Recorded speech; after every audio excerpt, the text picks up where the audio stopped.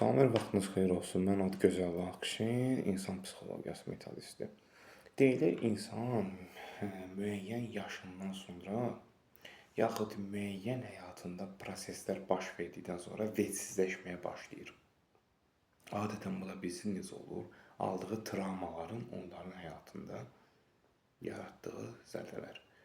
Və nəticə etibarilə artıq bu bilsiz hansı yaşlardan sonra başlayır? 25-dən artıq özünə bir üzə verir, gedir ta ki 32-33 yaşlarına qədər. Bu da nəyə görə? Adətən insan 24-25 yaşa gəlir, çatır və artıq 40-lara yaxınlaşmağa doğru gedən istiqamət. 32-33 yaş aralığında həyatda nə etdisə etdidir. Yaxşılıq, yəni gələcəyini qurmağından söhbət gedir. Burada hər hansı bir növ xeyir əməldən söhbət getmir.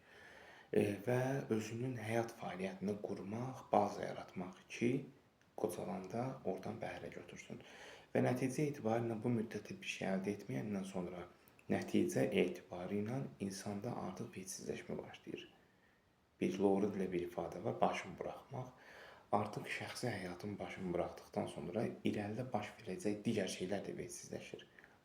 Karyera bitdi, ailə qurmaq da bitdi, artıq hər şeyə pas. Sıfır. Deyir, sıfıra yan-yana sıfır, əldə var sıfır. Yəni, heç nə yoxdur nəticə etibarına.